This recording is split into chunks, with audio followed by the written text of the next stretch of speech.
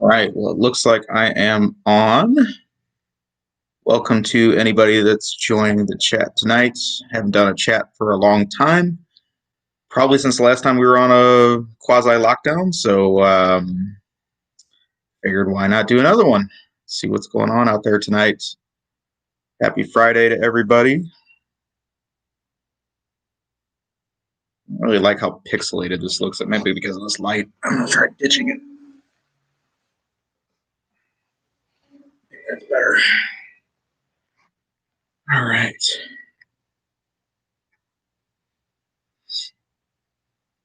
See if we get some people to join here.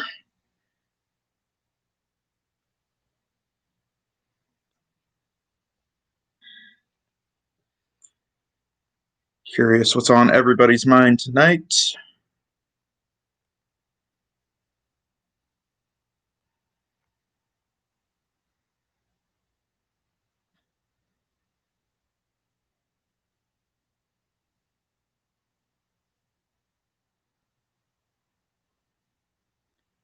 See who all joins in, and we'll just have a nice little chat. Got my prop for the evening, which is our Samba de Amigo maracas. Definitely shake those.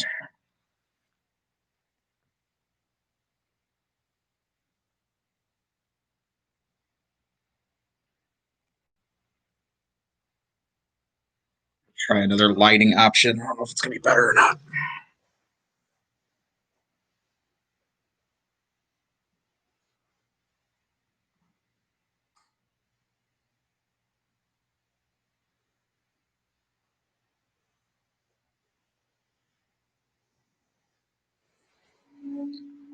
All right, let's see how that works.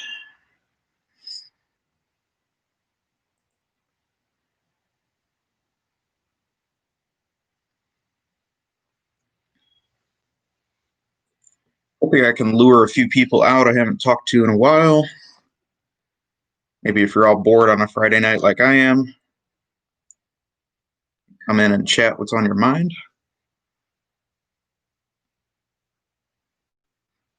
Meanwhile, I'll just shop on eBay and probably spend money while we're talking.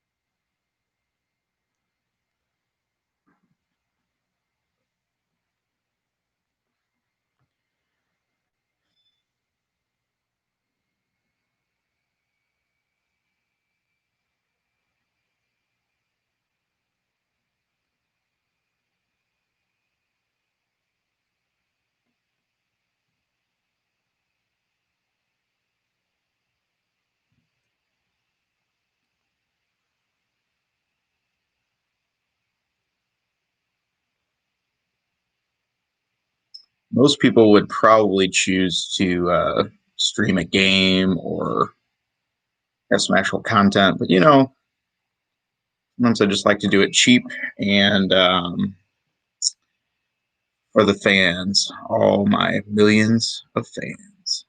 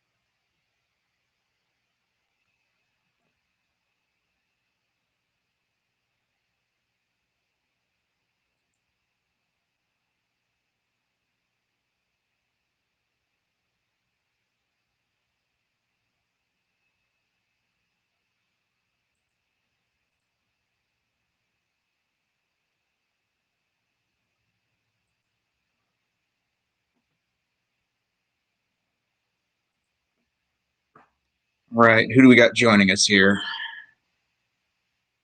Guns 7469. How are you? I don't think we've ever talked before.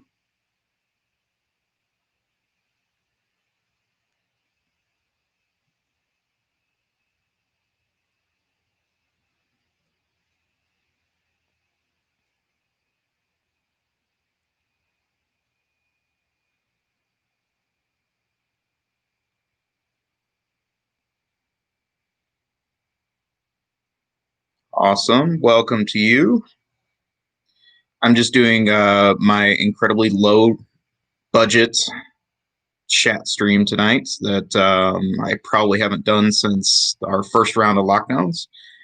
And the last few were pretty successful, so I figured might as well just see what's going on. Found me from my PS2 collection. Okay. I'm assuming that would be my more recent video that I did of the domestic PS2 library, but I also have a video of my Japanese PS2 library somewhere in my archives from a long time ago. I actually started out collecting Japanese PS2 games before I even had an American system, so I had a pretty big selection of Japanese games, and then kind of weird, I switched over to the US library, and then some of those games that I have the Japanese versions of are very common in the US, but for some reason I just never bought the US versions. And I don't know why it came to mind, but like Rygar is one of those.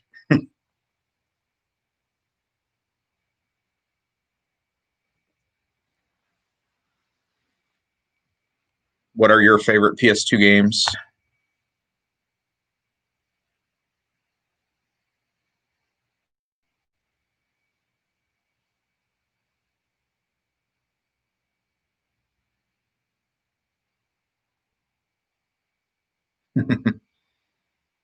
Yeah, the 928 is new to the collection. On my COVID, I need something to keep me sane over the winter hobby car. It's working out well. I actually picked it up last night from the shop. I was getting an alignment done. Actually, that's not accurate. I got an alignment done about 3 weeks ago, and the car wasn't driving right. The steering wheel was kind of cocked to the left. So ended up taking it back to the shop, and it ended up being no fault of my own that they had not tightened something down correctly, and all of a sudden the car tracks perfectly, and it really wasn't a big deal. The shop didn't charge me for their mistake, obviously, so everything's good. Went joyriding in it last night a little bit.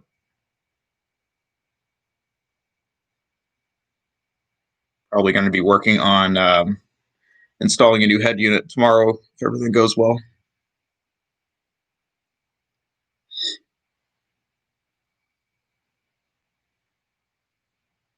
Play a lot of the common games.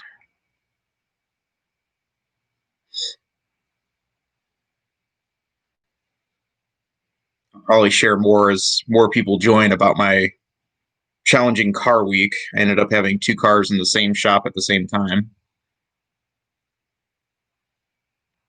One planned, one unplanned.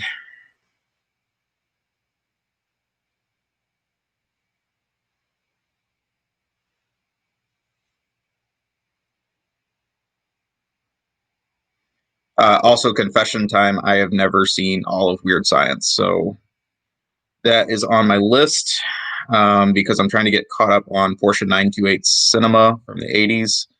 I did recently purchase Risky Business on Blu-ray, which I also had never seen, which is totally embarrassing, and really enjoyed it. It's a good movie, other than the 928 scenes, which were pretty well done. But Weird Science is kind of weird. I like buying Blu-rays, and Weird Science on Blu-ray is, for some reason, still really expensive. I would have thought it would have been a dirt cheap title, but maybe it came out recently. Maybe that's why the price hasn't come down. So, kind of looking for a cheap used copy, and I'd like to check it out. I think the main 928 movie that I was more familiar with from knowing from a long time ago was Scarface. I would say that one made more of an impression on why I thought the car was cool.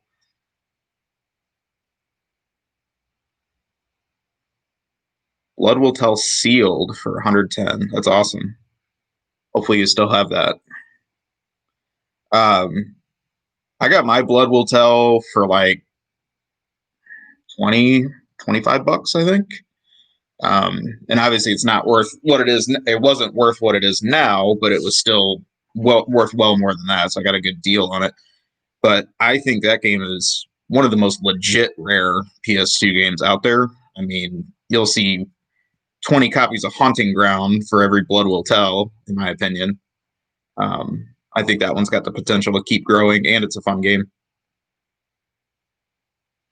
I don't really know why Sega short printed that one so much, but they kind of did that a little bit of that era when it came out. There was a few other games that were like that. I still don't have a Kuon. That would be the craziest of the crazies right now. I'm definitely not going to pay what it's going for. That would be just hopefully a lucky find type of game.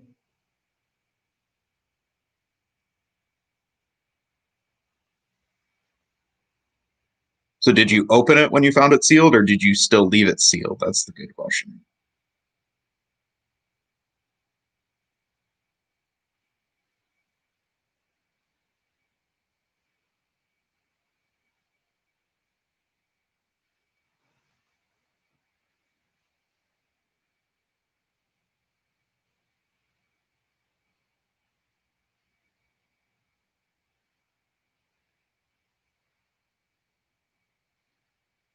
Yeah, it's funny. I never had an opportunity to buy a cheap Rule of Rose either. The only so I never, like I said, I never saw a cheap Rule of Rose. It was always at least 250, 300, I would say, ever since I saw it. Obviously, it's gone up from there.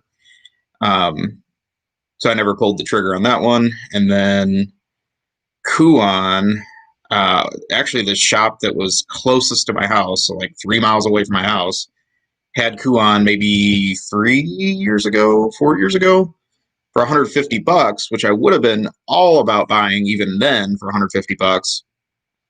But they pulled it out of the glass case, and I opened it up, and it was missing the manual, which was just the ultimate letdown because I thought I was going to get myself a Kuon finally after all this time. So knowing that getting a manual for that one would probably be impossible, I decided just to let it go, which in retrospect, obviously I should have probably still bought it and sat on it, but that's as close as I've come to finding a cheap Kuon. And I don't even I mean it's not cheap, but I don't understand why. Again, that one's so incredibly difficult to find. But Age Tech obviously short printed their stuff, and there's several other PS2 titles that are difficult to find, but that one for some reason is much more difficult. I think some of the PS1 Age Tech stuff is going to be the next to really spike. I mean, some of it already has. It's interesting. I was looking at Clock Tower 2 the last few weeks, and that one has really gone up. And I don't know if it was just because of Halloween or what. That's become like a top 5 PS1 game all of a sudden in value. It's really, really shot up, which I can see because you don't see it too often.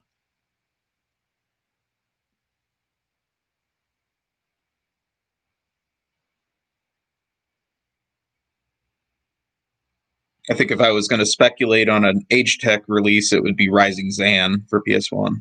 I think that one has really lingered at like the, I don't know, $30, $40 range for a really long time, but there's not a lot of those out there, and it's a really cool game. Great theme, great music, awesome cover art with the gold foil.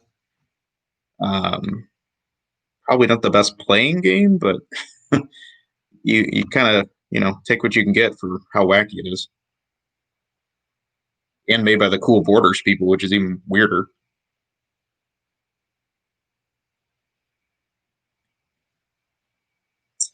Yeah, God Hand has definitely gone up. I got my copy of that probably at the right time. I don't think I spent more than like 20 bucks on God Hand. Probably had that one about 4 or 5 years.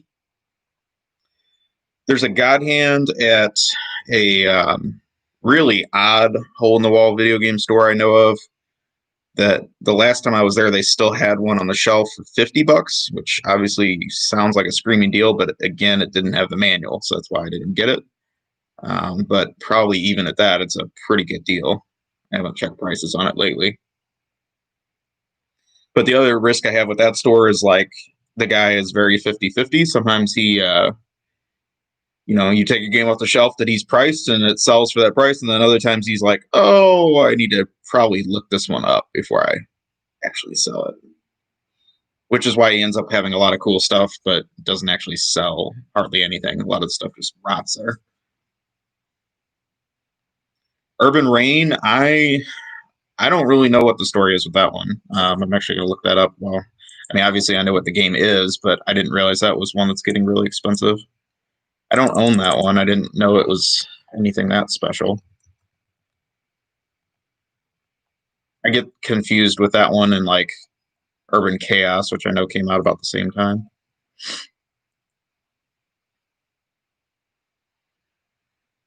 Yeah, it doesn't look like that one's too incredibly expensive, but it's definitely gone up.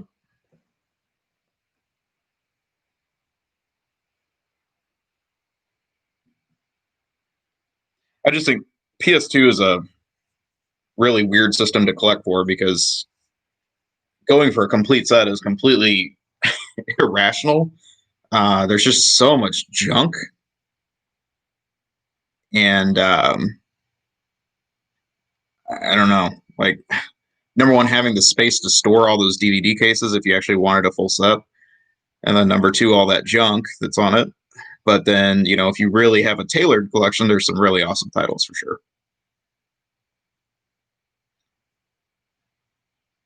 Gina, you can just go away with your spam botness. I don't need any of that.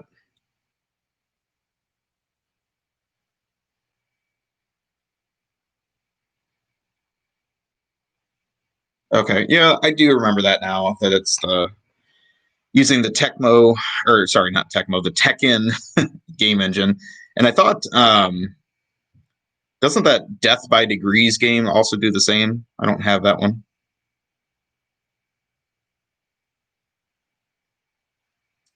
Jason, am I rich? No. No.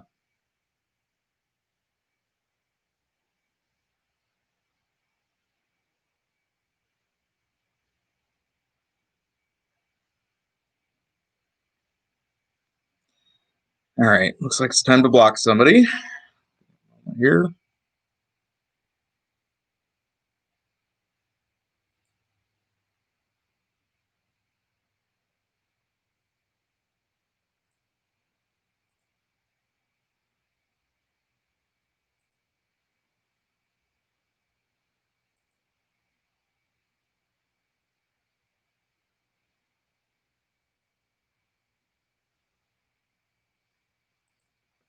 All right, hopefully we get rid of that unpleasantness.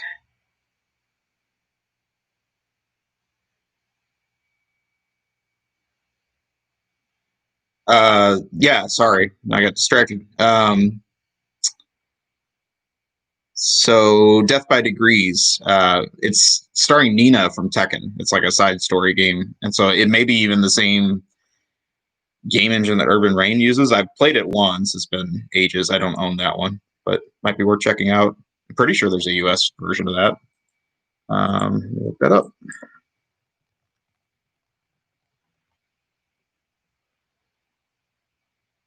Yeah, there's a US version of that. Pretty cheap. Looks like it goes for like 10 or 15 bucks. Probably sucks, but hey, it's a Tekken related game, so if you like that, I'm sure that would be a good one to get. FPSs. No, I am not an FPS player and really never have been. Um, just never really appealed to me.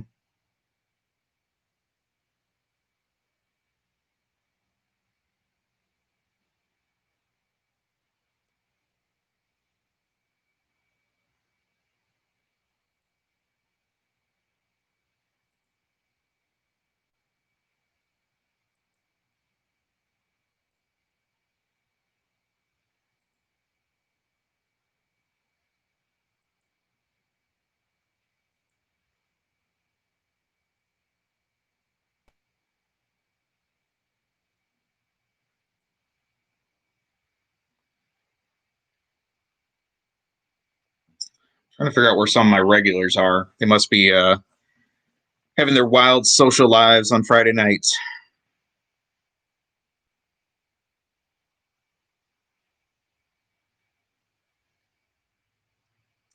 I was very late to the Tekken series, so my first memory of playing Tekken, I never played it in the arcade. I saw it in the arcade, but I never played it for some reason. I was probably too busy playing Capcom Fighters, and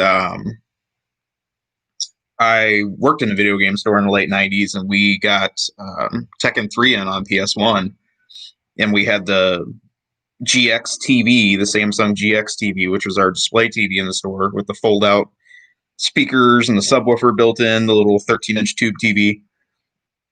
And we got Tekken 3 in the store, and it was like all productivity just ended for like a month.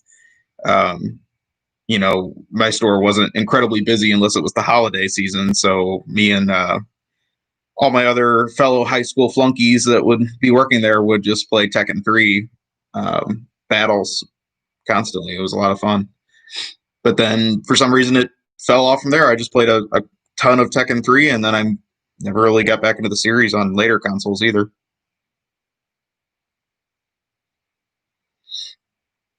And then, of course, that was the era of all the cheat codes and whatnot that were part of the game, too.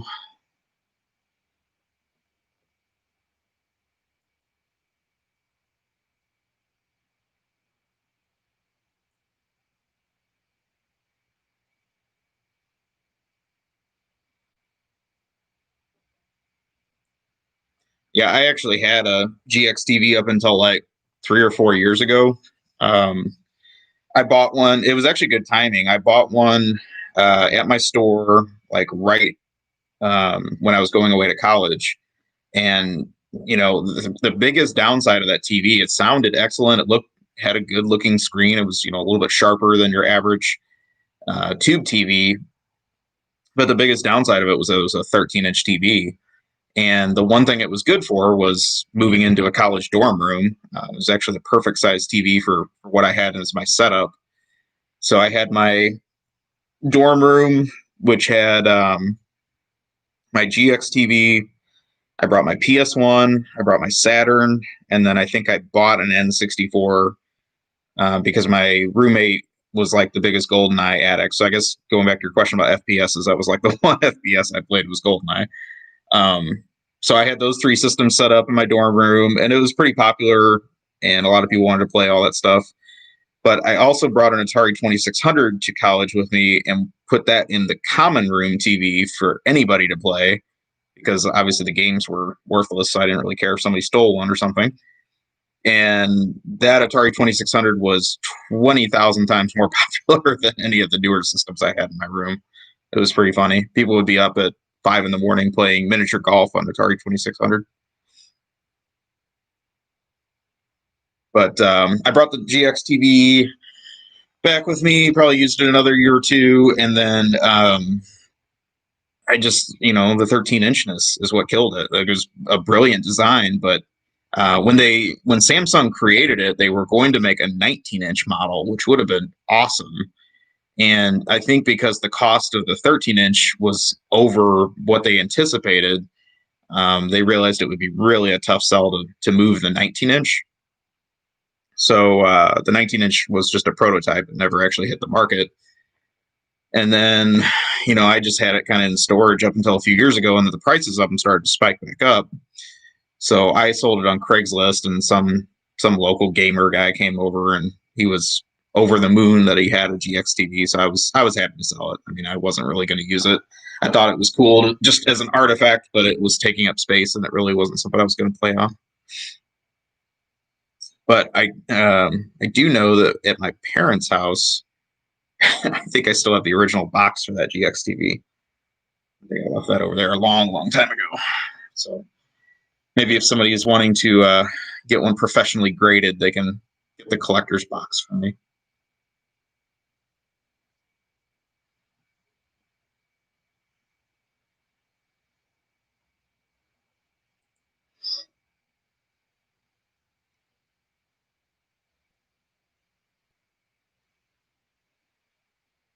ever think about owning any arcades? If you mean arcade cabinets, I do have four already. Or if you mean actually opening an arcade, probably not. um, so I do have a video on here of my arcade setup in my basement. I've got two dedicated cabinets, one a stand-up and one a cocktail. And then I've got two of the Japanese Sega Astro City sit-down cabinets that really are what I mainly play on. And they have the ability to play just about any JAMA board from 1986 up to about 2003. So very flexible, and I have one set up horizontally and one set up vertically, so I can pretty much throw anything at it and play. But yeah, no, that's my arcade setup. I like the look of dedicated cabinets, but honestly, I just prefer collecting the boards and then playing them in those universal Sega cabinets. It really is more time or space efficient, I should say, and works out pretty good.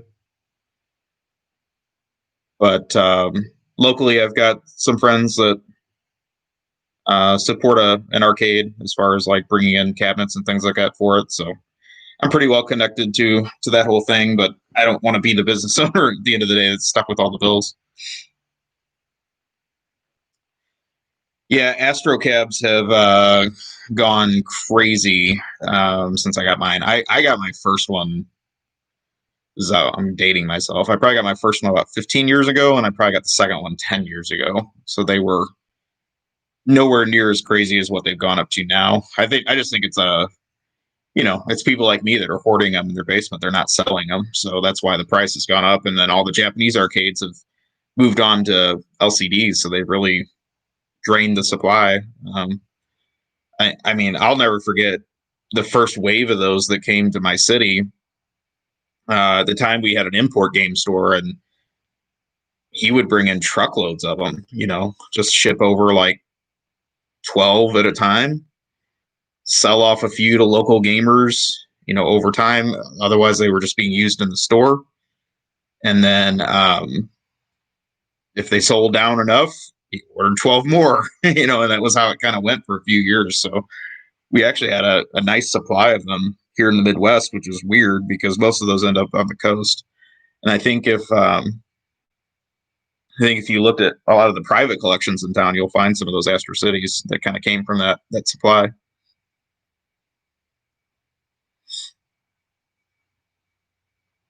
Final Lap 3. So is that a sit down Final Lap 3 or is that a stand up?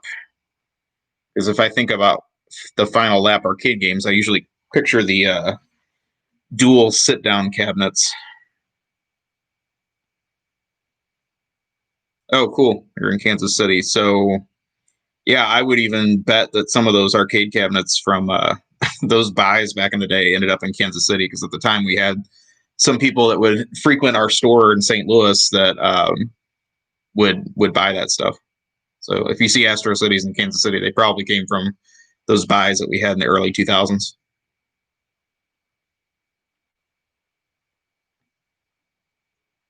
Stand up Final Lap 3. I don't think I've ever seen that. I mean, honestly, I didn't even know there was a Final Lap 3. I knew about 1 and 2. Jittery, I don't know exactly what that means. It might be something. Have you messed with the vertical hold and horizontal hold and all those controls? Honestly, I'm not the best with the American style cabinets because I played with my Sega ones for so long that they're a little bit different in their design. I'm actually going to look up that cabinet because I don't think I'm familiar with what that looks like.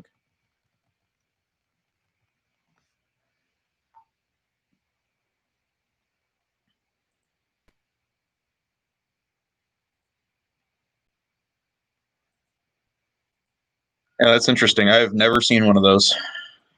At least I don't think I have. 1992. Huh.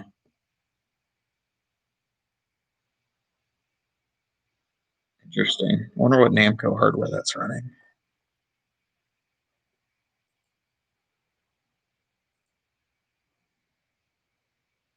Where did you find that?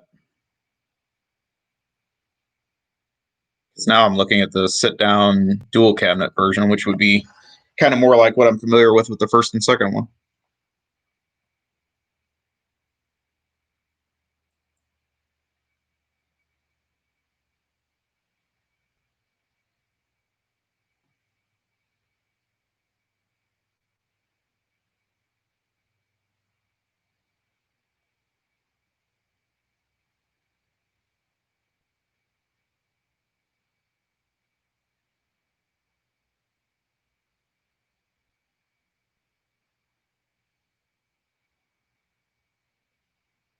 Craigslist find. Okay.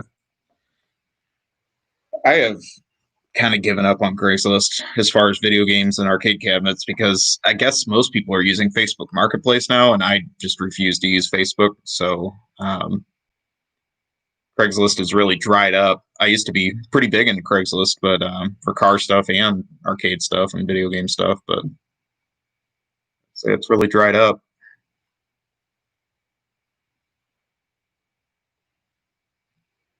One of my local friends still buys arcade cabinets on Craigslist. I know Virtua Fighter for 450. I don't even know what the market rate would be on a Virtua Fighter these days. I honestly think arcade cabinets are going to drop. The dedicated ones, I think they're going to drop pretty quick in the next year because these barcades opened in the last few years and really drained the market of all the cabinets. But they're struggling now. I mean, they're either shut down or they're limited capacity. They're just not bringing in the crowds they were.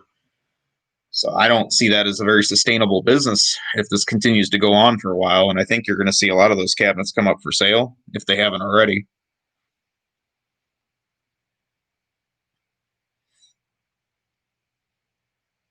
I think next year is going to be a really interesting market for arcade games. I've got an arcade board, I think, coming in the mail tomorrow. It was kind of an impulse buy on eBay last week. One of my friends goaded me into it because he knows I like single screen platformers that are cutesy. So I didn't need it, but I figured I might as well. I got a good price on it. I'm not going to complain.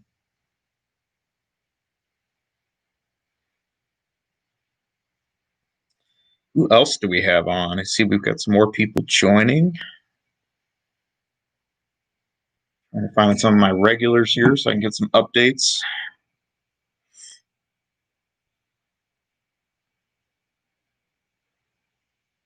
That'd be cool to have dedicated Soul Edge.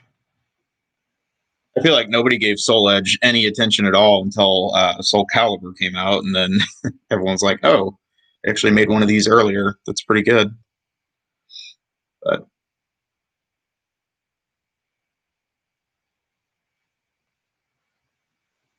sounds like you are very much a Namco guy.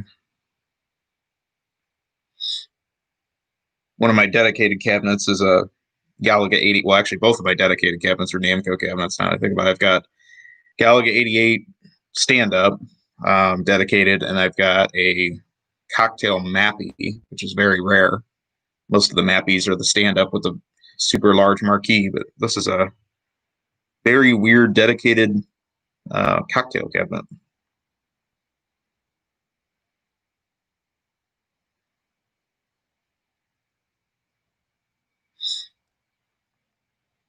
Yeah, Namco was definitely the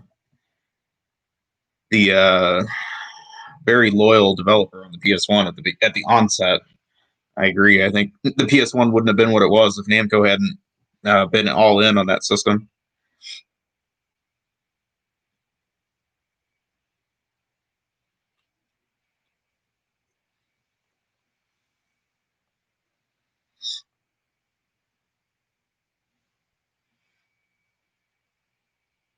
Yeah, I am all about Galaga 88. I wish more people knew about it. It's kind of a shame that game flopped on its original run because I just don't think it got much exposure in the United States. I think it was a lot bigger in Japan, and that was a that was a cool find. That was a Craigslist find, or no, it was an eBay find back in the day. That was, I think, my first cabinet I bought.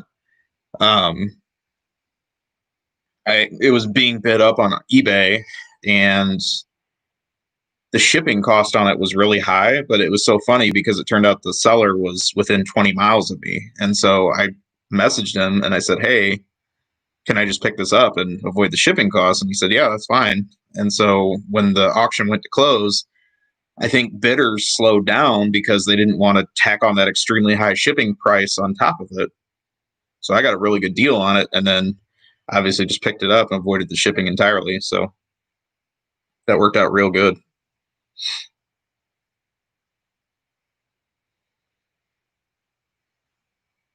Yeah, the TurboGrafx Galaga 90 or Galaga 88 on PC Engine, they're good. I also like the what is it, Namco Museum 50th Anniversary Collection. It's on PS2 and Xbox. That has Galaga 88 on it. It's not arcade perfect though. I mean, it should be, but it's not. I can't remember the whole detail on it. I think it was like the bonus stages don't play music before they launch like they're supposed to, and then something to do with like the cutscenes when you warp to a different dimension. They're not quite right on that home version. They should be, but they're not. I don't know what happened there. Digital Eclipse kind of messed that one up. I think they were the ones that brought it over.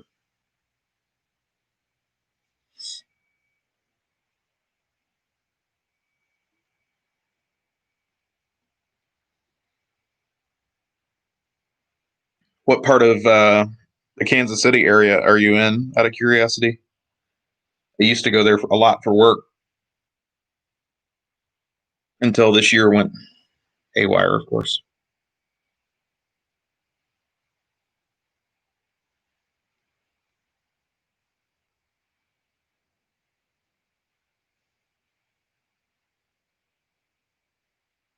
Yep, know the area very well. That was one of my frequent stops on work trips. So got a lot. I honestly got a lot of good video games on those trips. Um, Video game stores up there. It seems to me like the collectors don't hit the market there as hard as they do in St. Louis.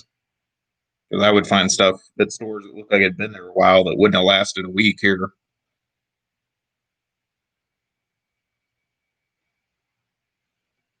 If you ever make it out to Pittsburgh, Kansas, there's a pretty cool store there. It has a lot of entertainment stuff, but they have a huge video game selection. The guy's not the cheapest in the world, but he has some stuff you definitely don't see every day. He's got a huge PS2 selection.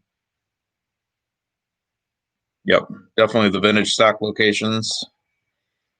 We've got them here, but not as you guys have a lot more than we do. We have three like superstores here, and you guys have like 10 or 12 little mini locations. So it's kind of interesting because again, the stuff does not sit on the shelf here like it does there.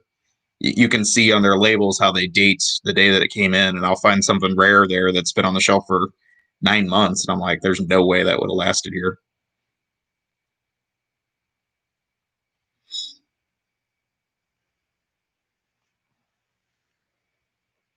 There's also some if you're out there, there's a couple great stores in Lawrence also called Game Nut that have a pretty impressive selection. They used to have one of the best PS1 selections I've ever seen. It's kind of whittled down a little bit over the years just due to all the collectors hitting it, I think, but still pretty impressive.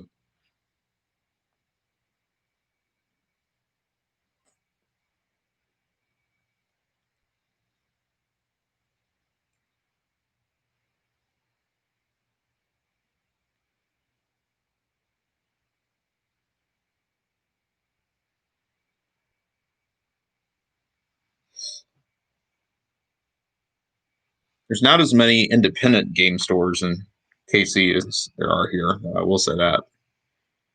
And actually, I think a couple of them have closed in the last year that I used to go to.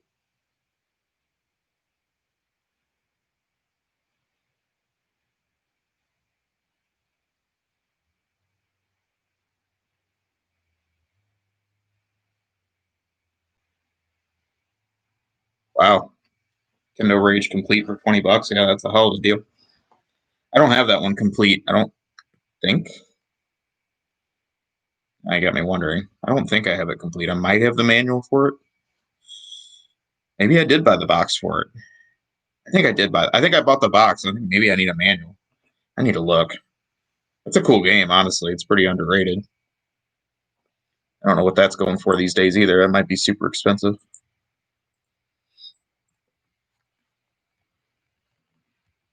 Kindle Rage.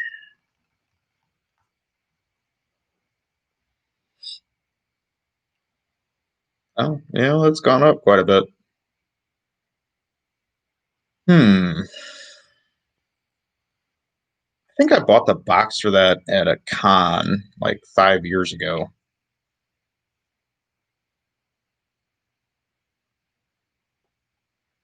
I know I piecemealed it. If it's complete, I definitely didn't buy it complete. Yeah, I had no idea that game was that high, even for just loose carts.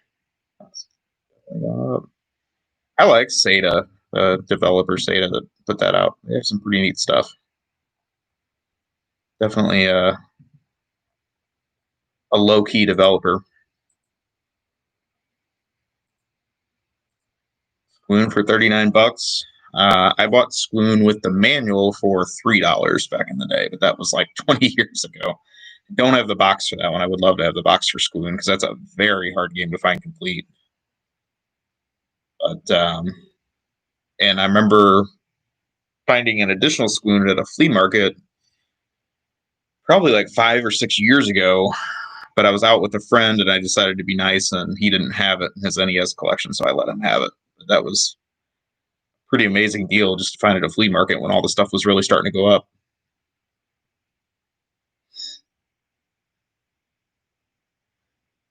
Yep. In the Hunt jewel case for $59. I found In the Hunt jewel case in, where did I get that? Dayton, Ohio, at a CD, primarily a CD, used CD store that had a few games on the side, and they had some PS1 games, and it was like flat priced. I think all PS1 games were $10, and they had jewel case variant In the Hunt for $10. I couldn't believe it. Even at the time, it was a hell of a deal. And then I am 100% with you on your Kudelkas for $10. I think I've bought three of those from vintage stock for that price. And it's really strange. I don't know if you happen to look at the sticker, but they mislabel it in their system. At least they used to. I think they fixed it. But it used to be called Kasalka in their system, and that's what it would say on the sticker. And it would be $10. And and I think they finally fixed it because I think I saw one at another store a few months ago and it was like over 100. So I think they finally got wise to that one. But for some reason, they would always sell Kudelka with the wrong title on the sticker, and it would always be $10.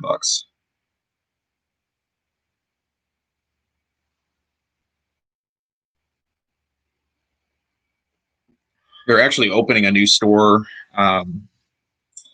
in one of the other malls in St. Louis. I just found out yesterday.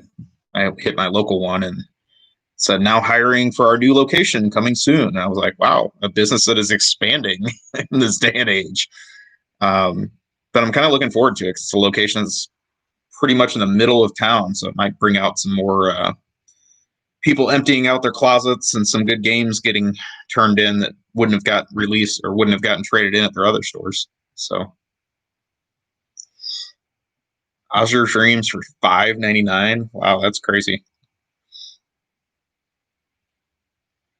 I had to pay up on that one. For some reason, I could never find that game cheap, even back in the day. I think I bought that at one of the Portland cons a few years ago for like $60, which now is a good deal, but at the time, I think it was the going rate.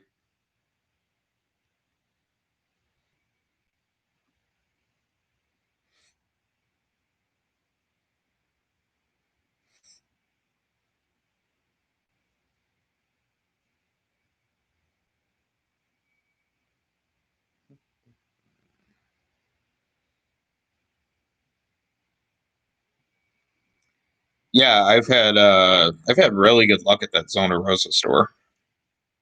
That used to be one of my favorite ones to hit probably 8 years ago.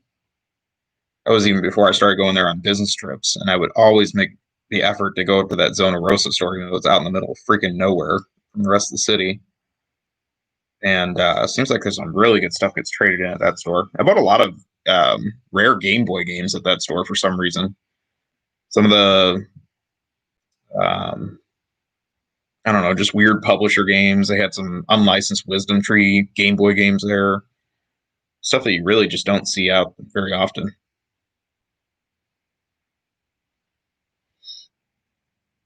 Oh, okay, the Game Boy Color version. That's more understandable. So I don't think I've ever seen the PS1 version that cheap. Oh, I didn't know that. That's cool.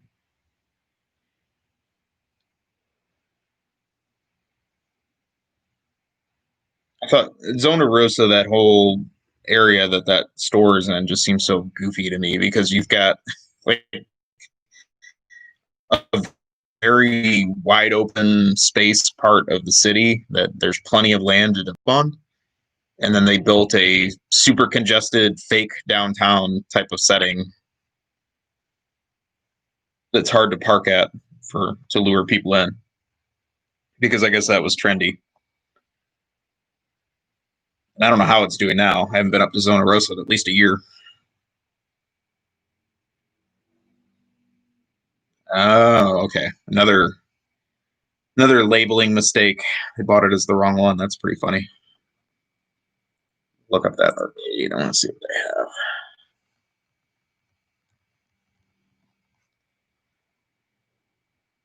have. Craftcade. Yeah, I have not seen this. It's open since I've been up there. That's pretty weird. They have locations in Kansas City and Toledo, Ohio. It's two very different cities.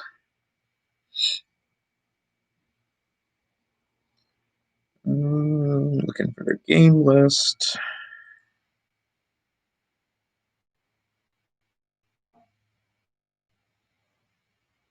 Why don't they have a game list?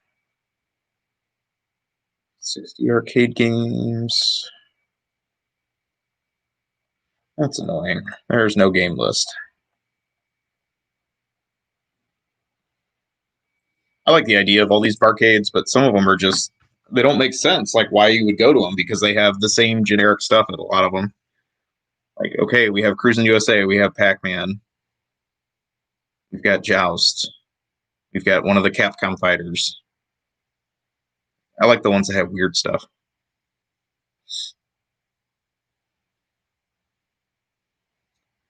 Yeah, I've had good luck with stuff that's sealed and marked used for sure. Definitely has happened with PS1 games. It's really weird just finding sealed PS1 games that somehow survived in somebody's closet for a long time before they just dump them for nothing.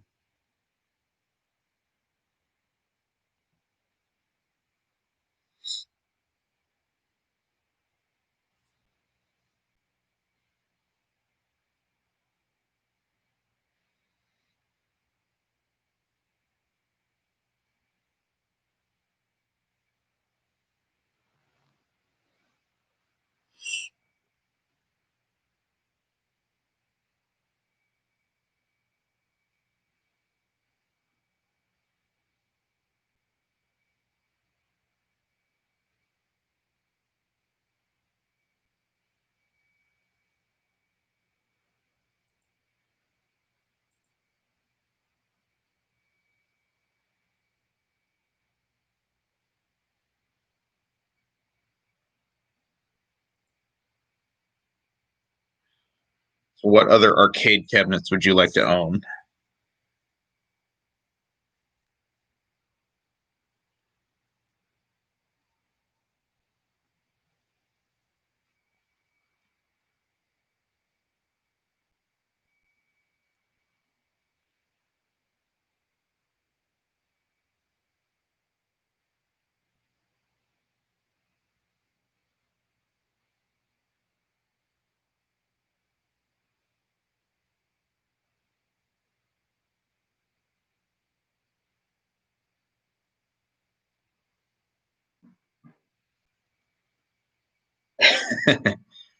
Uh, Kind of funny. Like Last Rebellion, I had a similar story. I was on vacation in California last year, and I saw it at one store.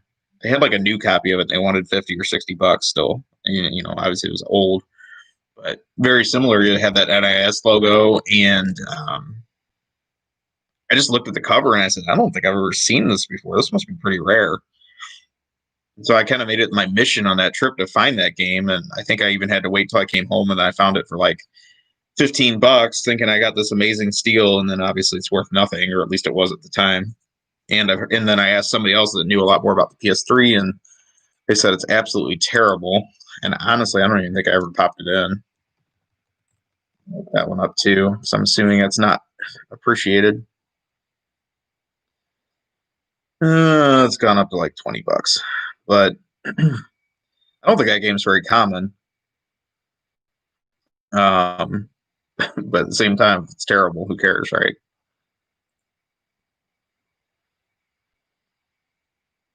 PS3 is seems to be the system that's getting hot now. Like, I've been watching a few of the PS3 game prices over the last few weeks, and they've definitely been shooting up with some of the weirder titles. I think PS3 had so many just incredibly common games that people are starting to understand now what the rare ones are. What the rare ones are.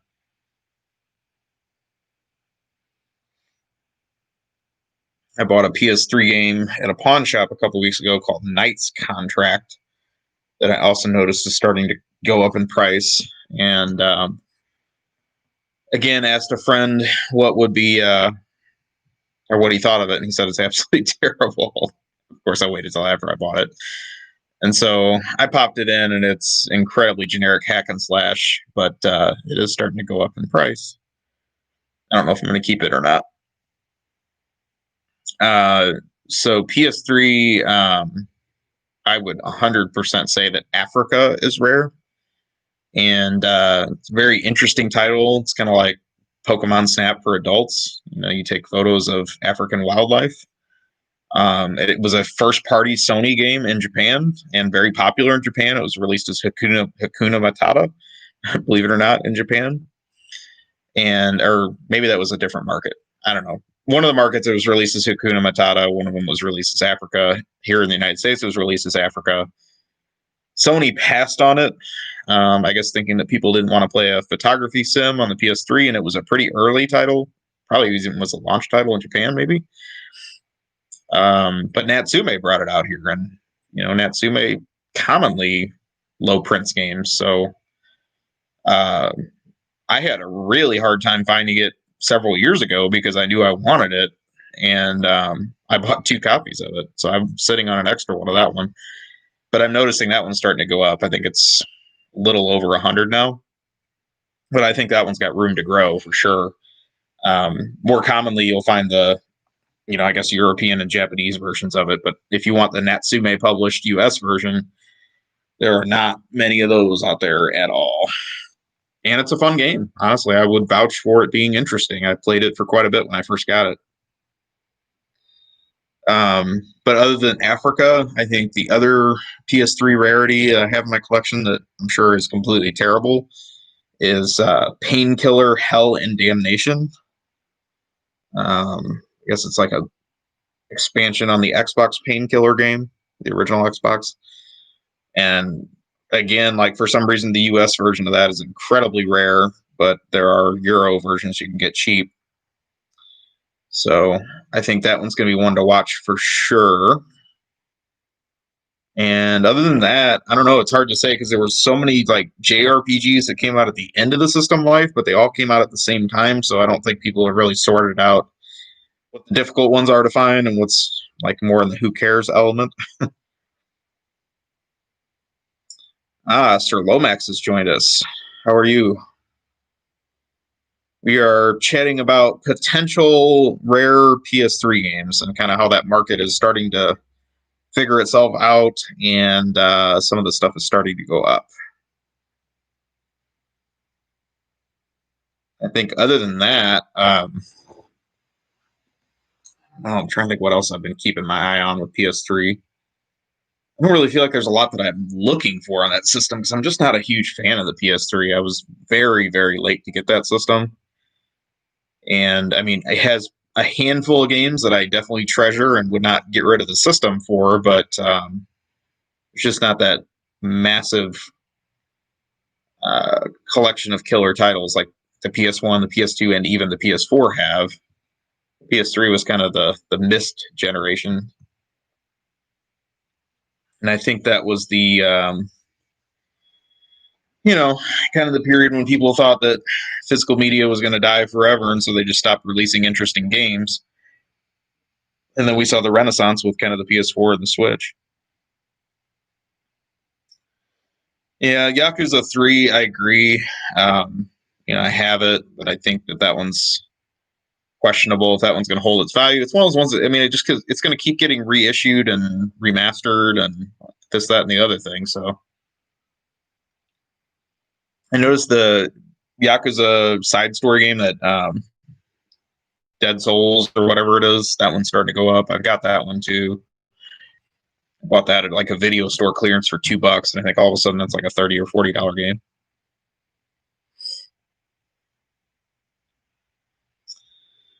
I don't know. Other PS3 games that could be rare. I think a good one to have in your collection, since it's region free, is the PS3 version of Strider that was a Japanese exclusive, but it plays in full English. It was just a download game here, and I think it's pretty cool. It's not as awesome as Strider 1 and 2 were because it's more of just, PS3 era graphics in a quasi 2D style. But developed by Capcom, and I think that one has potential to stay pretty strong. Yeah, I haven't played a whole lot of the Yakuza series. I mean, I love like the early Shenmue games. Shenmue 3 is but Yakuza is like the badass version of Shenmue, and I don't need that. Like I'm good with the not badass version of Shenmue. Like I think Ryo Hazuki's is perfectly wholesome and more what I'm looking for in a game than the thug version of Japan. But I guess I can respect the development costs and time that Sega puts into that series because it seems like it's incredibly popular globally now, which is pretty cool. Yeah, I agree. I mean, the only reason I didn't buy it when it came out or anything, but the only reason I ever bought any of the early Yakuza games was because I always heard that link to the Shenmue game engine, or at least influenced by the Shenmue game style. So I wanted to play it, but um, it didn't stick. I mean, I didn't get very far in any of those games. I remember I got Yakuza 2 for like $4 at a junk store, which was really rare at the time. And then I think it got repressed, and so it dropped in price a lot. I have no idea what that's going for now. But at the time, that was like a really great find.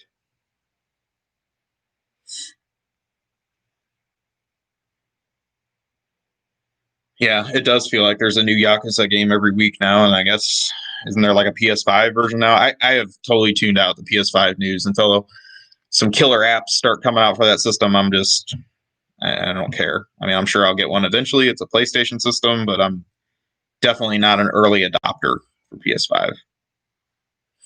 And frankly, I'd rather wait for a system revision, either to have a more slimline design or maybe just a bigger hard drive, one or the other, or both.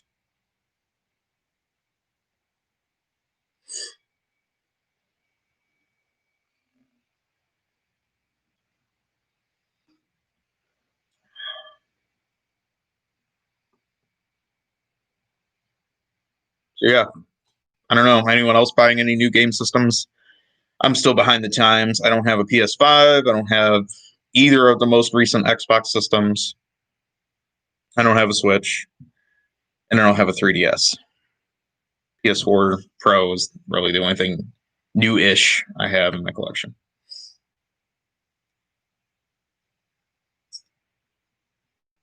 Yeah, Godzilla PS4 has been very good to me. I've bought and sold many copies of that now, and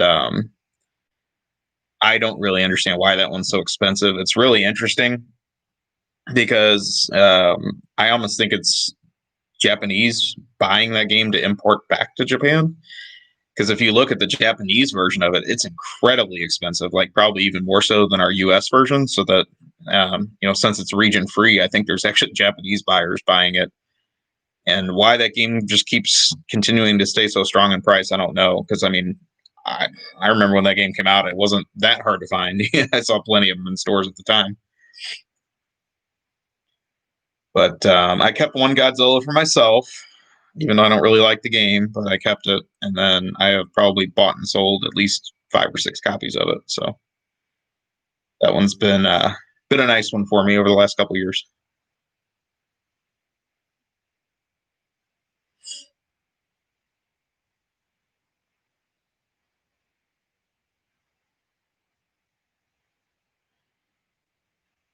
No, it's not good. You're not. I probably should sell my last one. Now that I think about it.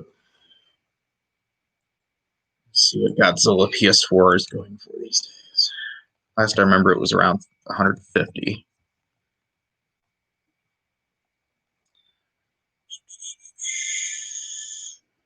Sold listings. So yeah, the Japanese version is still very expensive. It looks like it's selling for right about 150 still. Which I don't really understand because if you look, there are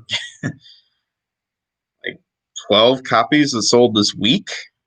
That's not really a rare game, but whatever.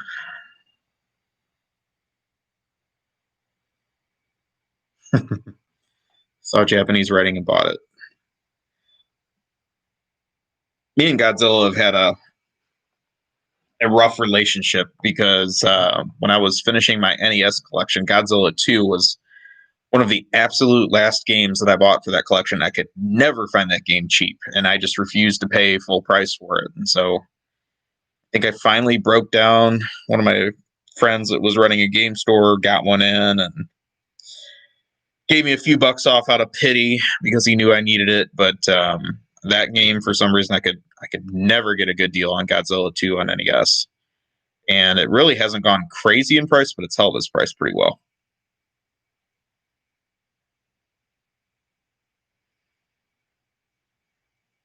Yes, my Radwood shirt. Thank you. So I got this one, and it's kind of funny. Like one of the very last trips I took before the world went to crap this year was Radwood in Austin, the first week of March this year. And I flew down there and flew back, and it was kind of weird, just like being at the car show this year. People are starting to talk about like, oh, there's this COVID thing that just seems like it's really hitting the coast of the United States, but it definitely didn't feel real in Texas in early March, that's for sure. And I flew back home, and then like a week later, everything went to hell. It was really weird. So that was, um, the last, I guess, full flight trip I took before everything went crazy. And then I think I got this shirt. I went to that same car show 2019. I think that's when I got the shirt. But really awesome show. Big fan of all the Radwood shows. I wish there was more in the Midwest. They all seem to be on the coasts and down south and things like that. Yeah, I've got some of the Godzilla games on the Xbox, the original Xbox. I think there's two of them. To be honest, I don't think I've ever played them, but I have them. I don't know if that's the same one or not. All right. Well, talk amongst yourselves for a moment. I'm going to grab a beer and we'll decide where we're going to take the chat now. Looks like we got a few more people joining, so that's cool to see.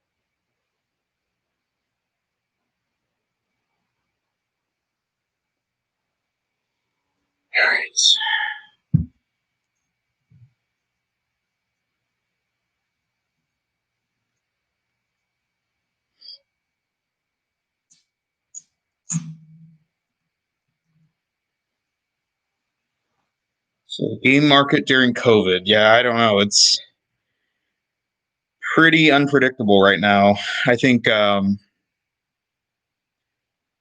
we saw that huge spike in the summer. People were getting their stimulus payments, and there was a lot more lockdown.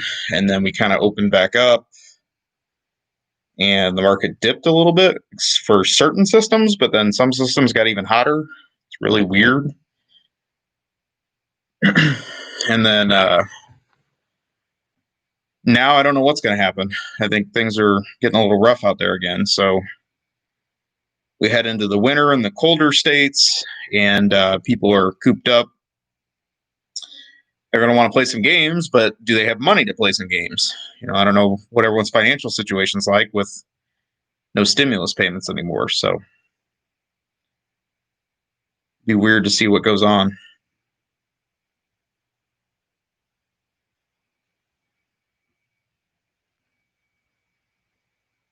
Oh, look at that. I lured a local into the chat.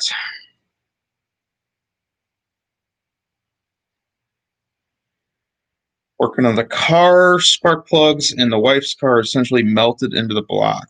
Oh, I can't wait to see that. That's terrible. I had car drama this week too, so I feel you. Nothing like having a tire blowout when you're driving at 70 miles an hour on the highway in your vintage car. That's scary.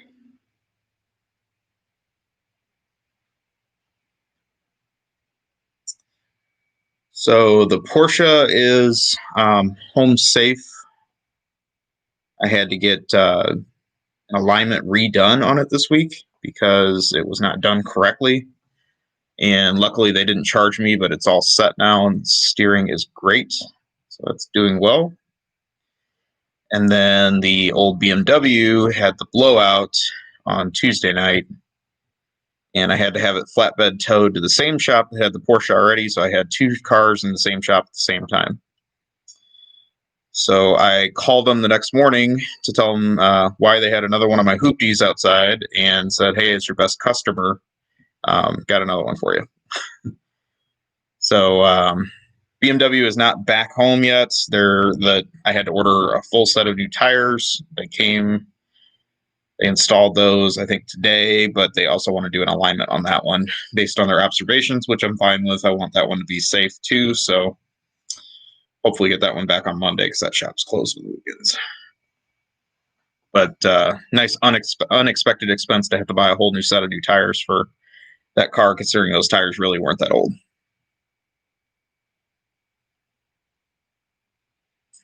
Yeah, it was strange timing. One of my BMW friends was actually in town from Florida and wanted to meet up for dinner that night, and was literally visiting or going to meet him for dinner, and that's when the whole thing happened. So it was really a pretty messed up night, but it all worked out in the end. He was able to pick me up and grab something local.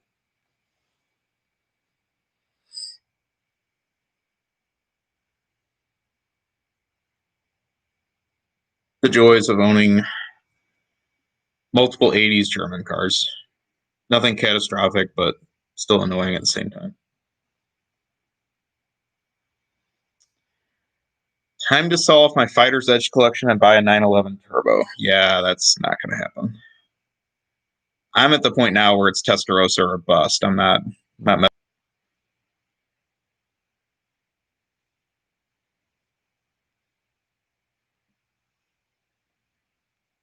I really wish I got in on that Testarossa market 10 years ago because that was when it was at its all-time low, and it's just gone up since then. But maybe we'll have a COVID car market crash next year too. We'll see.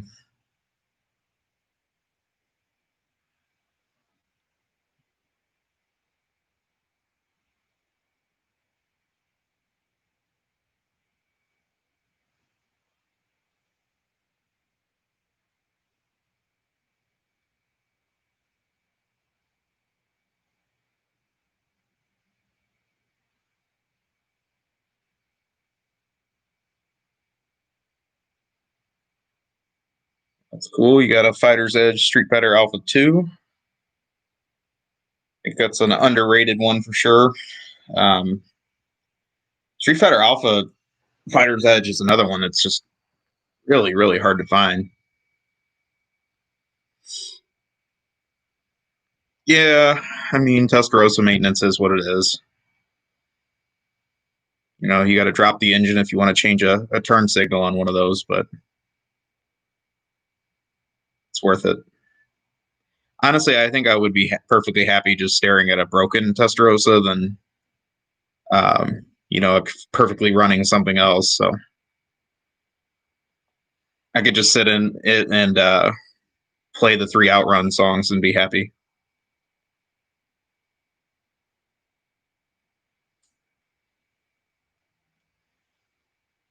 Just smell the Italian leather. That's all you really need.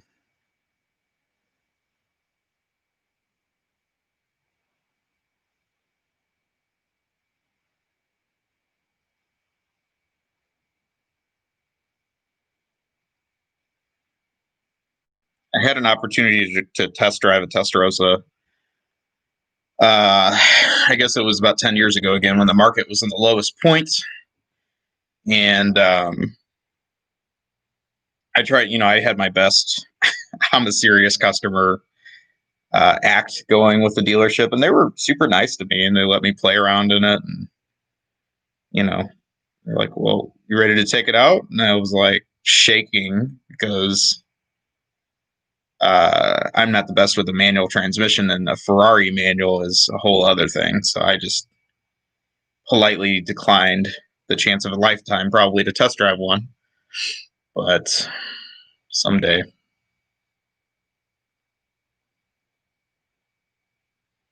About a month later, the same dealership got a 86 Ferrari 400i. It's kind of the rare full-size GT coupe that I like, with an automatic. And I kind of played the same games. I literally could have drove that one without any issues, and they weren't having any of it. They did not offer a test drive. They saw through me that day. So no F-car test drives for me.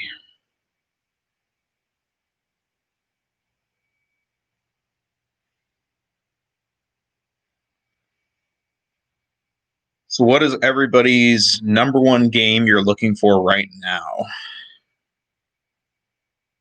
Curious what everybody's hunting. For me, it's more Neo Geo Pocket Color complete games. I really would like to complete that set. And the last few games I need for it are really getting annoying. The prices on those have gone up a ton this year. And I think a lot of it's just due to the system mod that lets you play the game's backlit now, which really enhances the functionality of that system. But at the game market on those things are crazy. And so some of the games that I bought even a year or two ago have doubled, if not tripled, in price. It's making it really tough to finish what overall is a pretty small set. I think it's 32 or 34 games. It's not a huge quantity, but man, finding those complete is really becoming difficult.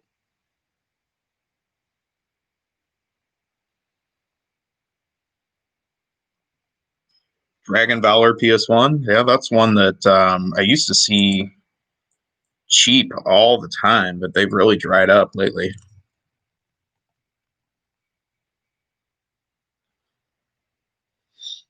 Looks like that one's gone up a little bit too. 60, $70. Yeah, that definitely wasn't that much last time I looked. Even 80. Wow. That's pretty crazy. That game used to be really dirt cheap. Keep an eye out for more of those.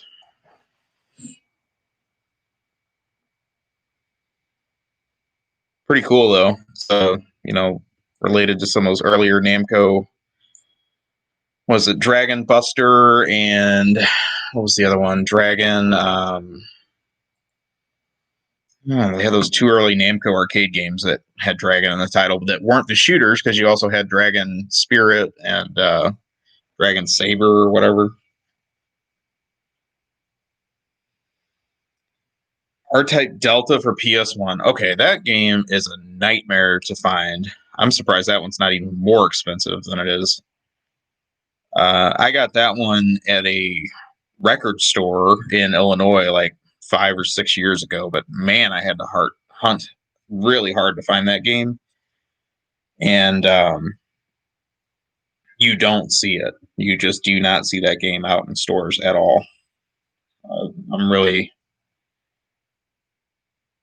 like that's not one that I've ever passed by. I just don't see opportunities to buy that game in the wild. So good luck finding that one. That was a difficult one for me for sure.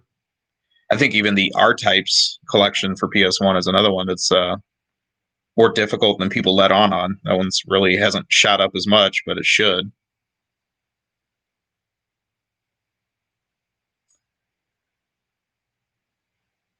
Fatal Fury Sega CD, that's another really hard one to get. Um, I have it, and if you want it for just that it's a Sega CD and it's rare, okay. But if you actually want to play it, it's not very good. After I got it, I did some reading into it just to find out like what the deal is with it because it just kind of sucks. And it was a European developer that handled the port. I think they were called Eurocom or something like that. Um, they didn't really know what they were doing. I don't think it's not very good. I think the music in it's fine because obviously it's CD quality sound, but yeah, I had a really hard time finding that game too, though. Fatal Fury Sega CD. I ended up getting that at a local store that had it a little bit less than eBay, but that one's not. There's not a lot of those out there. It's kind of interesting. It's one of those JVC published games for Sega CD, just like KO Flying Squadron is, and I don't think they printed a whole lot of just about anything that they did on that system.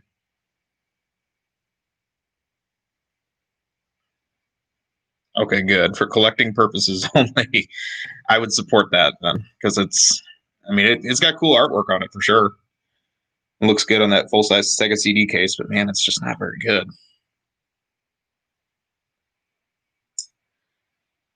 Liquid Snake Konami doll. I don't think I've ever seen that. Yeah, art types is no joke. I'll look that up too because I haven't checked the market price on that one lately. But I remember art types would go for like 25, $30, and I'm like, are you kidding me? That game is way more difficult to find than that.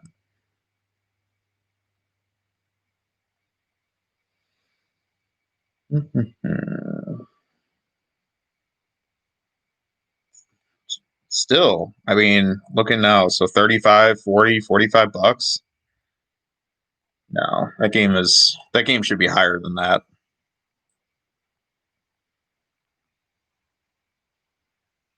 Looks like R-Type Delta's actually fallen a little bit. That one was I thought closing in on 200 for a while, but now it looks like it's fallen back to the low to mid 100 range. But not a lot for sale, which validates what I'm saying.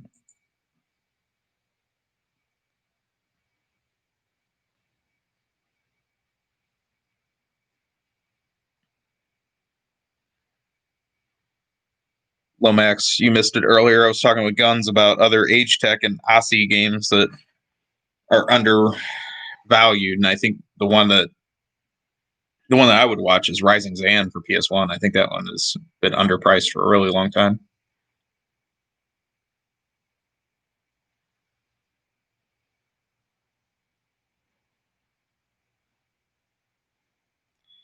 McFly is in the house. We are talking rare PS1 games, and we were talking rare PS3 games before you got here. So that would be your opportunity to weigh in because you know the PS3 library a lot more than I do. My call outs were Africa and Painkiller, but I'm sure there's others that have really shot up.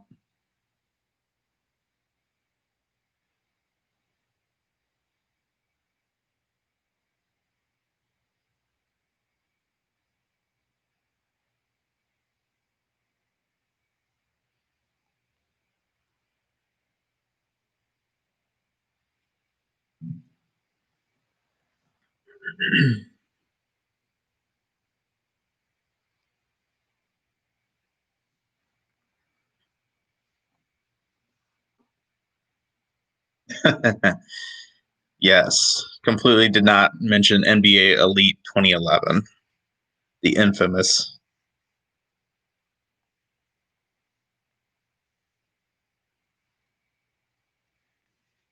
I think it's funny about rare sports games too. Like they're either worth nothing or they're worth a ton.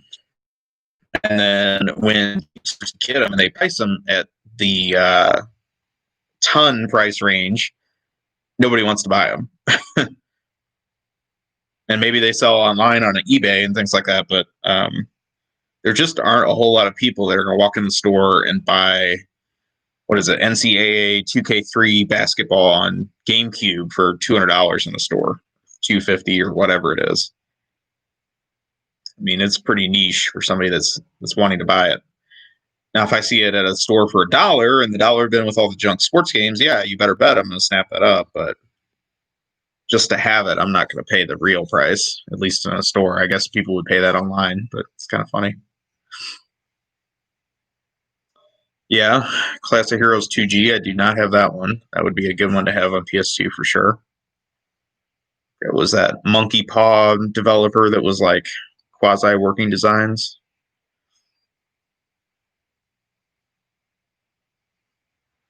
That would be a good one to hang on to. Bob, how are you? Everything's going well. We're talking rare PS3 games and PS1 and PS2.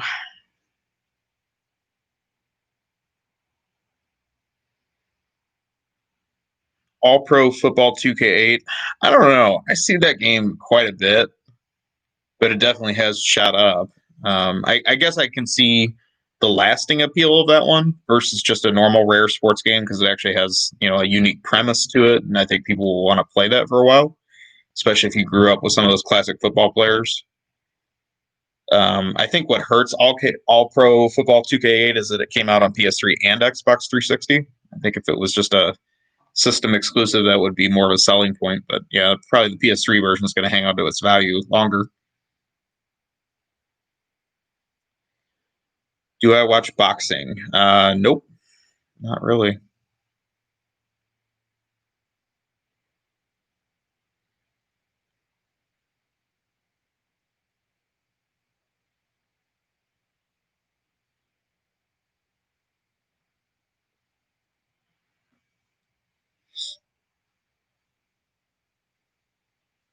There probably are some other rare sports games on PS3 that just haven't really been discovered yet because there are a ton of sports games in that system.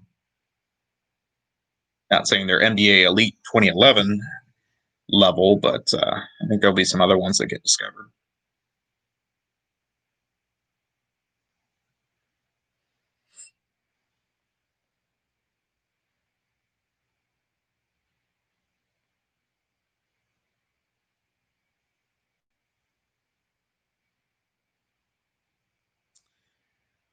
What beer am I drinking? I am drinking a local St. Louis beer. It's one of my favorites. It's a seasonal. It's called Absence of Light, and it's by a St. Louis brewery called Four Hands Brewing. Which um, overall I'm not like super partial to their stuff. I think they have some other decent beers, but this one I really like.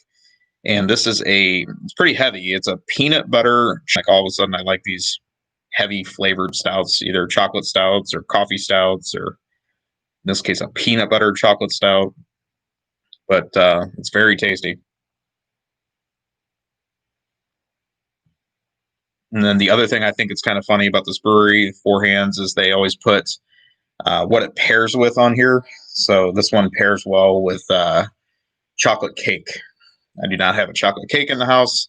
If I did, I would probably chow down on that and this and then just be done. I'd be so full. Um, but some of their other ones pair well with toasted ravioli, which is a St. Louis delicacy. And I don't know, thin sliced St. Louis style pizza, I think is another one of their pairings. Yeah, it's kind of got this, you know, creepy dragon lizard thing. I don't even know what it's supposed to be. But definitely one of my favorite locals. Probably should stock up and get some to carry me through the winter because I really like it. I think they sell it in bombers too. Have I ever had Duvel? Yes, I have. Not frequently, but I do like it. It's good stuff. Subset videos I'm working on. So I would like to do the PS1 pinball subset video. I have all the titles complete to do it, and also has some additional Japanese PS1 pinball titles. So I'm kind of on the fence. Like, do I finish the Japanese pinball PS1 subset and then do a full blowout of both? Or just do it as is and have all the American titles with a few of the Japanese titles mixed in. The issue is there's one of the Japanese PS1 pinball titles, and it's kind of loosely pinball. It's got some other themes in the game too that's very expensive. I think partially because it got covered on some popular YouTube channels, and so people like shot up the price of it. It's a very, very bizarre game called Paranoia Escape. I mean, even with a title like that, you know it's got to be good. And that's kind of what's got me hesitating, I guess, from finishing that video. The other part of it is I really want to make sure I play all the PS1 pinball titles so I can give some honest opinions on some of them. I'm about 75% through of playing them, but there's a few others I need to go back and revisit before I feel confident to be able to talk on them. And I guess the last thing with that is the best of those PS1 pinball games is probably one of those Japanese exclusives called Fantastic Pinball. So it's kind of a shame we didn't get that one here because that was a Technosoft release, and they really did a nice job with it. Came out on this Japanese Saturn too, but obviously didn't come here. The other subset video I would like to do, and I still need one more title to finish it. And while I'm talking, I'm going to look it up on eBay and see if any of them have shown up for me to purchase. It's a European exclusive that I need. Oh, wonderful. It looks like I just missed one in Canada the last week. I'm trying to finish my complete subset of all the Sega Master System 3D compatible games, 3D glasses compatible games, I should say. And I just need one more title, and it's a European exclusive. So once I get that, I think I can go ahead and finish everything up. And then I think while I'm doing that video, I'll probably go ahead and feature the Sega Master System card games, the ones that come on like little Hue card looking things. Because I have the full set of all the US ones. There are some Euro exclusives I'm not sure if I'm going to go for or not.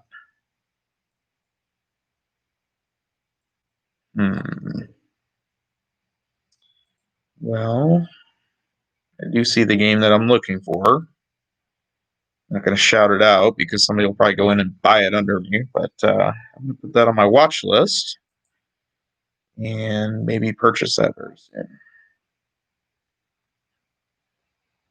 See how tomorrow goes.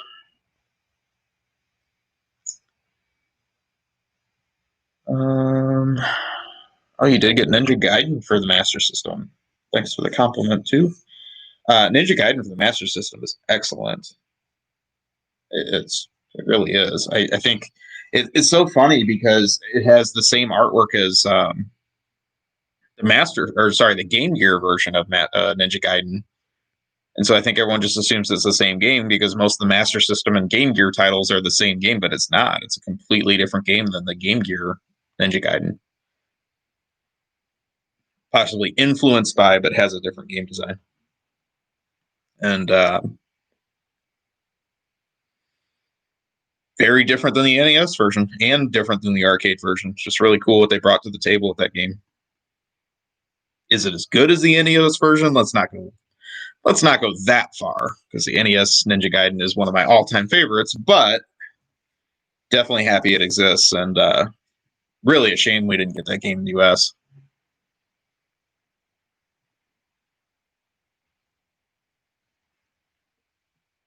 The European Master System exclusive that's killing me is Master of Darkness. I have the have it box and cart, but I don't have the manual for that one. I can never seem to find a loose manual for that.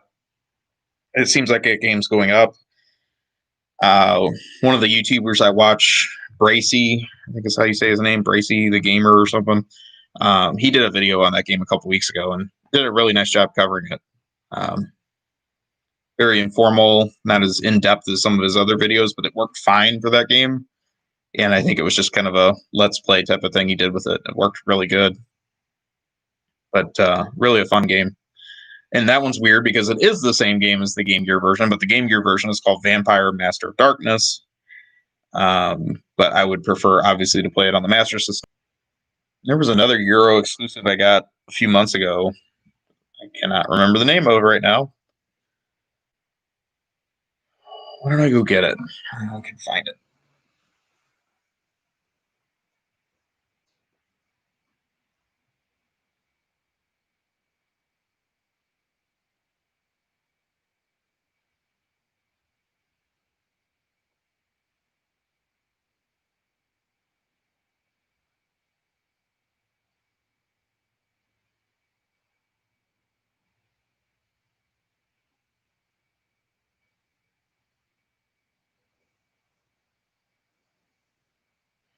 All right, let's talk Master System European exclusives.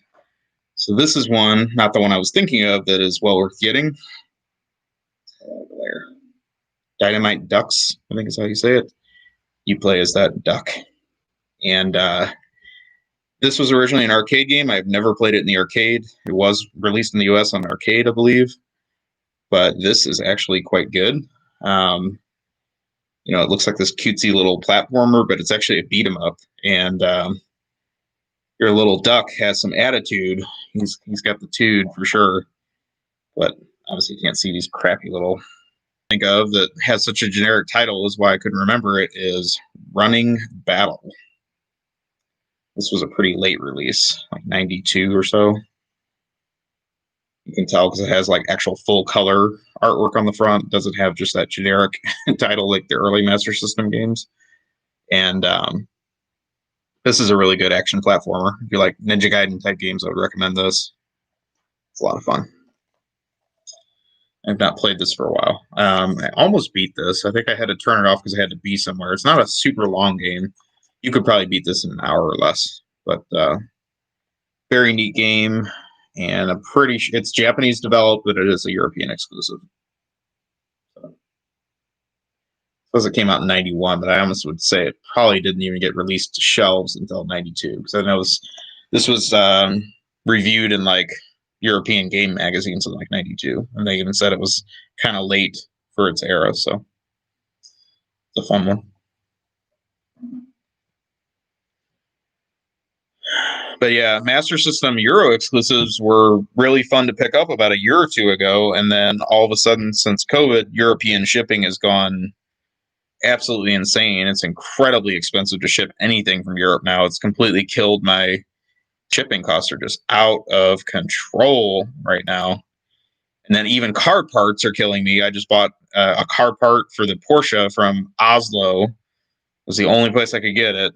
Was from Norway, and the shipping costs were outrageous, but I had to have it. So I'm hoping at some point we'll get back to insanity. Japan's the same thing. Shipping anything from Japan right now is terrible. Pretty much you can only do them. It's rough right now, importing stuff in general.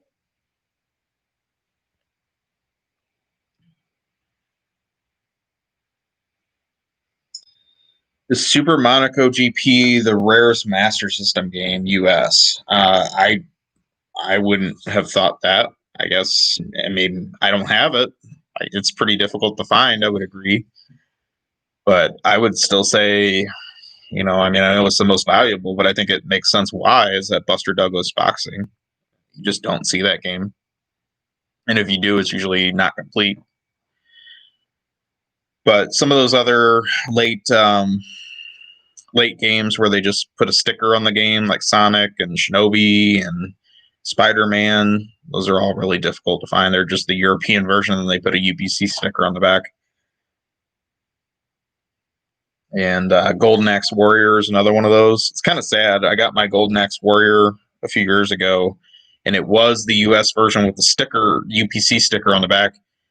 But it was so, I guess the UPC sticker had gotten wet at some point, and it was so loose that by the time I traveled home with it in my suitcase, it actually fell completely off and would not re-stick to the package. So I just threw the sticker away. So I guess my technically US copy of Golden Axe Warrior is now a European copy. Kind of a shame, but whatever. Do an LS swap on my German cars. Yeah, no thanks. That's more reserved for British cars. I would not go to the time and effort to restore an old Jaguar V12. I would LS swap that for sure.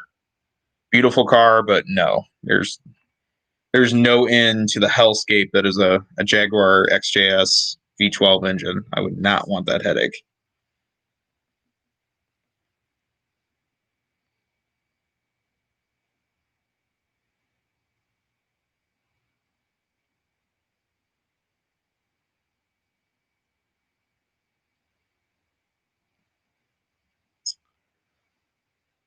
I was hoping one of my friends in Canada would join. And the reason I say that is because he's in Canada, we can't text because of how, I don't know, texting doesn't make sense to me. But I mean, come on, it's 2020. You should be able to text internationally, but apparently you can't. So since I don't do Facebook, I pretty much just have to email him, and then randomly he'll show up on chats like this, and then we get to talk for a while. So I was kind of hoping he'd show up, but we'll see. You work for GM. Okay. I mean, LS engines have a time and a place, don't get me wrong. But I won't be going down that road for myself.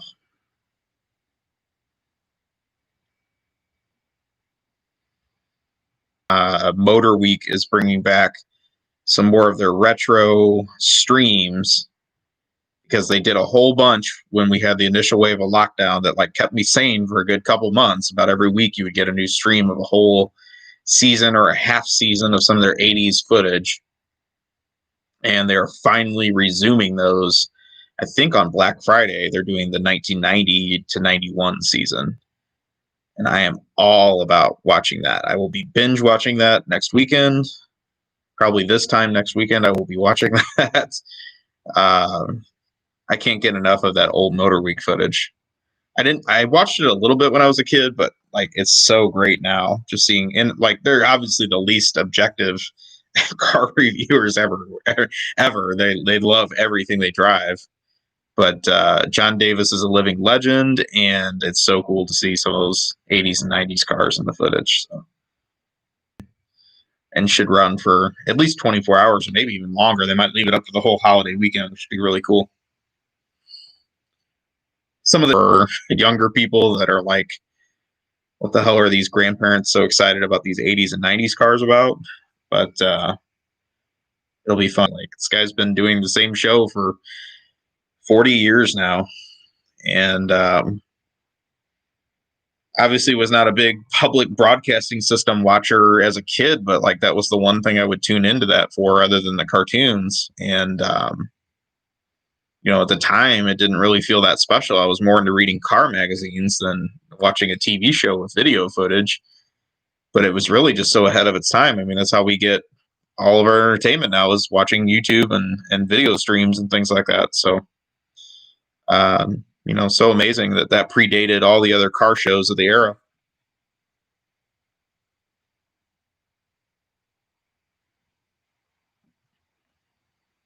It's a random episode every week and post it.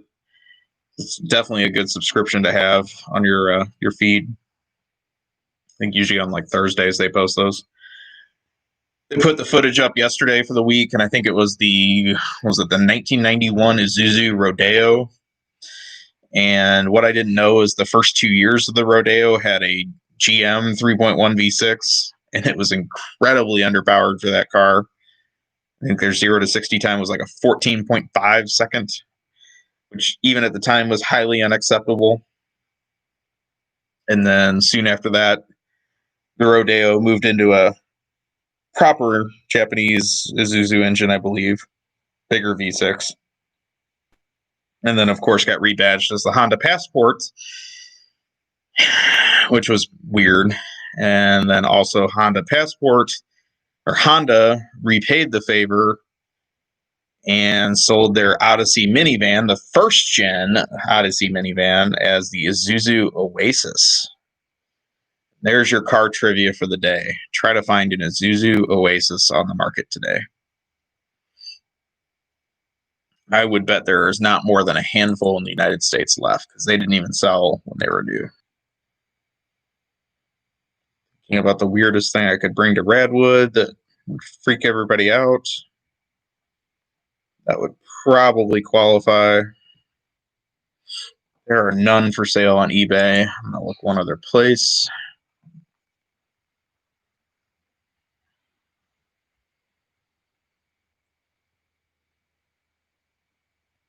All the different cars I've owned, I have never owned a minivan. Not saying that's a good idea, but it would be something different.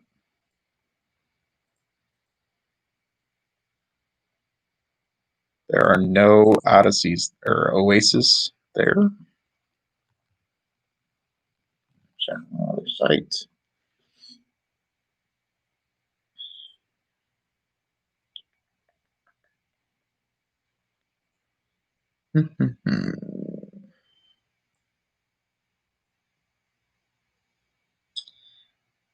I knew two people that had Isuzus when I was growing up.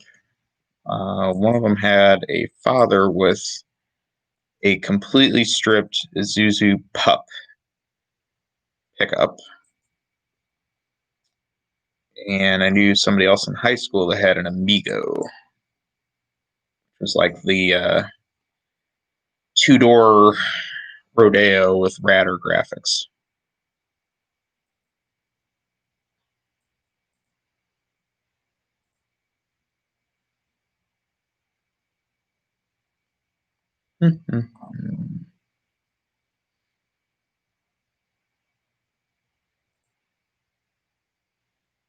The dominant purchase was still four-door sedans.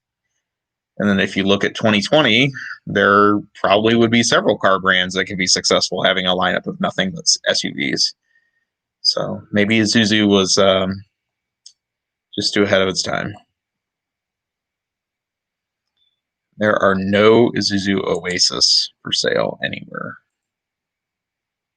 Completely extinct. Or they're being hoarded to be massive collectibles in the future. Probably not.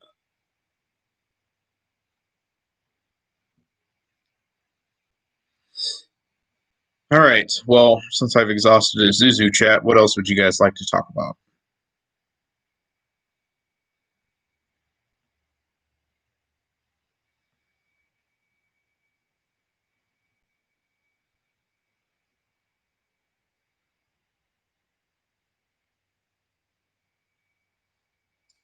Boxer engines and rotaries. So I have owned a Subaru with a boxer engine, Forester with the turbo, which was pretty fun.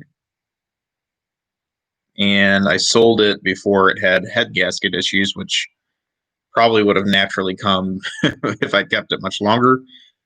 But I enjoyed that car. That was the only Subaru I've ever owned, but I liked it.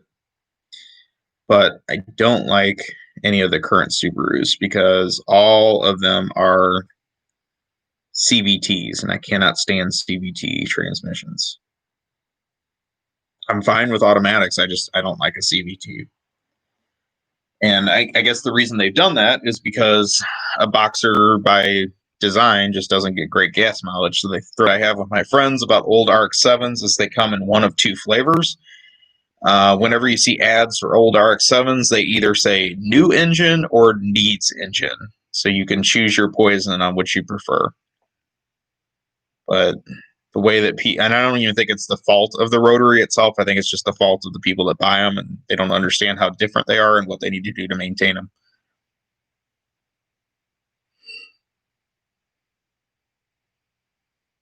Oh, you have a 68 Corvair Monza. Nice. I like the Corvair. I assume that's the coupe. A Monza, I think, is the turbo engine, if I remember right, which is pretty cool that Chevy was doing a turbo in the 60s.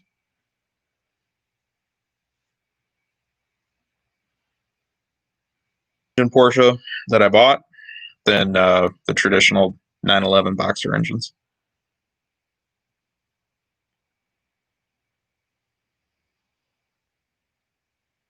Yeah, when I was growing up, the people that lived behind me had two Corvairs. They had a 69 convertible. I don't think it was a Monza, but it was a convertible. It was pretty cool. It was, the last year in yellow, like a light yellow. And then they had a 64 red sedan, but it was pretty rough. The convertible was the nice one. So I grew up kind of around those. I got to see, the owner tinkering with it in his garage. We'd go over there some days.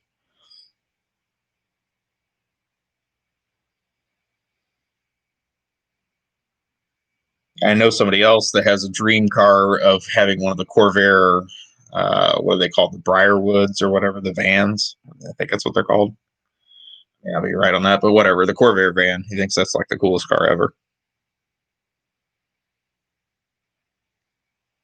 Gold colored Corvair Monza. That's pretty cool.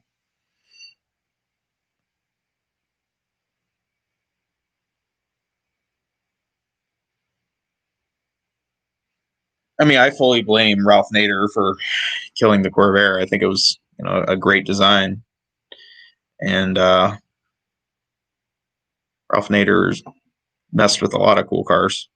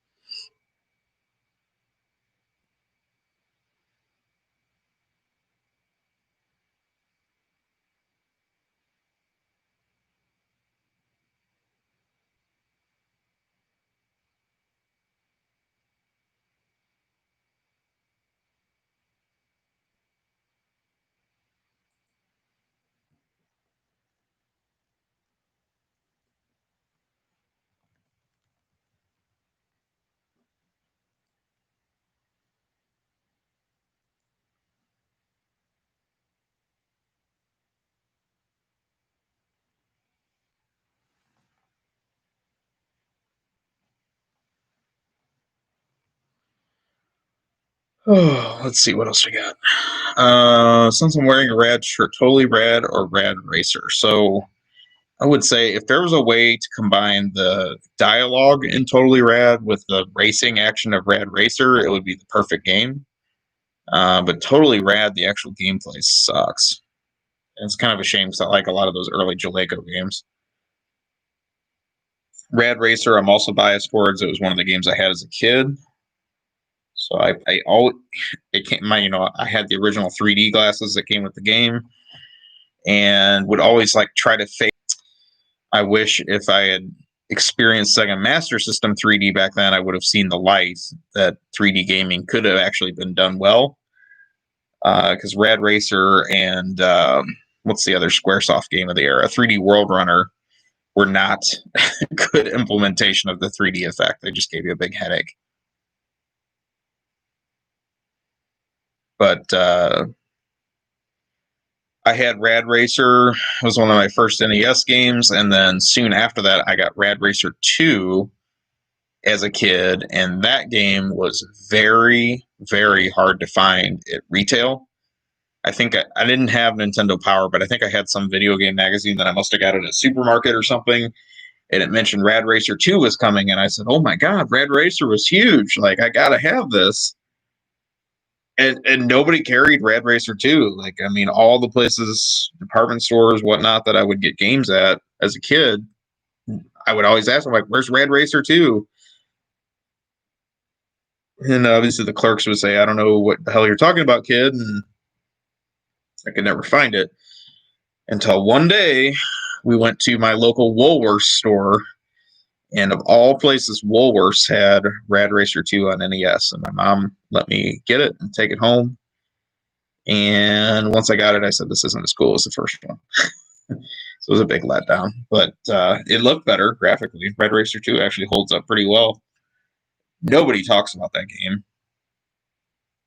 And I know it didn't come with the 3D glasses, and I don't think it had a 3D mode. I don't remember, but kind of a shame.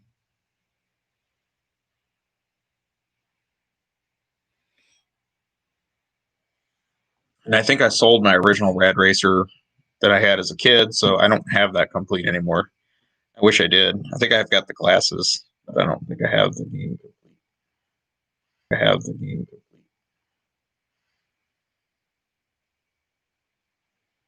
I didn't. I was kind of strange. I didn't. I grew up right in the era, when Nintendo Power was huge, but I never a newsstand, and then I bought a subscription in the mid '90s. I think I had the Nintendo Power strategy guide or something, but I didn't really have and I actually had this conversation with one of my coworkers a few months ago, and it was really funny because he told me the story of the one time he called as a kid, and he had Kid Icarus as a kid, and I never had that game as a kid, and obviously a very difficult game. And he was just laughing at how patient those people had to be to deal with somebody like him who's calling and is like, but he said the person he talked to was completely nice. They walked him through exactly where he was stuck. And then I think, because I'm guessing it was like a 1-900 number or something. And I think he said his mom got the bill and freaked out because he was on the phone with them for like 15 minutes and had not asked for the parental permission or whatever. Probably very frustrating for them to deal with too.